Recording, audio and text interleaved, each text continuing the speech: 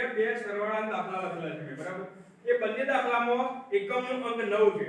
આવું કોઈ આપણને અચાનક કોઈ પૂછે કે ભાઈ 39 અને 69 નો સરવાળો કેટલો થાય, જ્યારે આપણી જો નોટ ના હોય, પેન ના હોય, કશું લખવાનું ના હોય, ગણતરી કરવાનો કોઈ સાધન ના હોય, તો આપણે કઈ રીતે એનો જવાબ આપી શકીએ?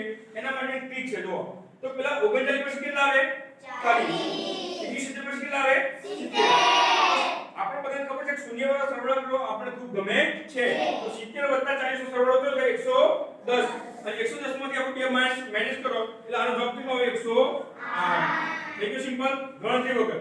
આ તો આપણે લખ્યા છે એટલે એથી 199 + 299.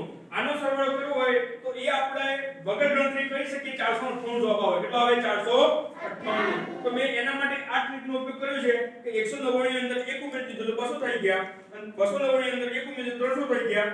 200 300 સરવાળો કરી 500 થયા, એમાંથી 2 માઈનસ કરે ડાયરેક્ટ ગણ્યા વગર એટલે 498 જવાબ આવે છે. તો આવા જે એકમનો અંક નવો આવતો હોય એમાં આપણે આ રીતનો ઉપયોગ કરી અને વગર ગણતરીએ ચોક કે આપણે પેન્સિલ કે પેનનો ઉપયોગ કર્યા સિવાય આપણે જવાબ લાવી શકીએ છીએ. આ યાદ રાખજો.